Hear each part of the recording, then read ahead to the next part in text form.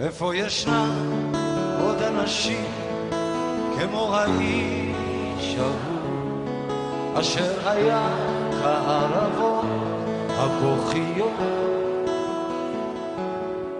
איפה ישנם עוד אנשים כמו האיש ההוא אשר היה כערבות הבוכיות?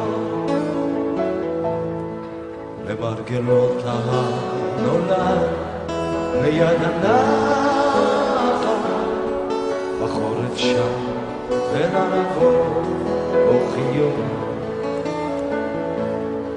בקיץ בנורות פצעי המים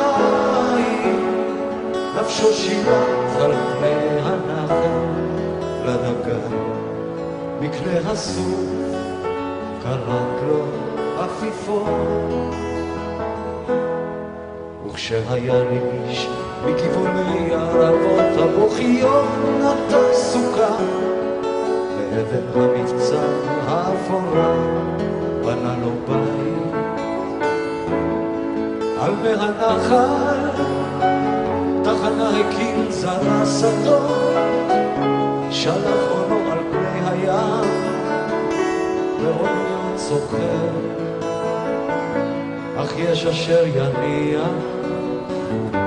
כלי מלאכתו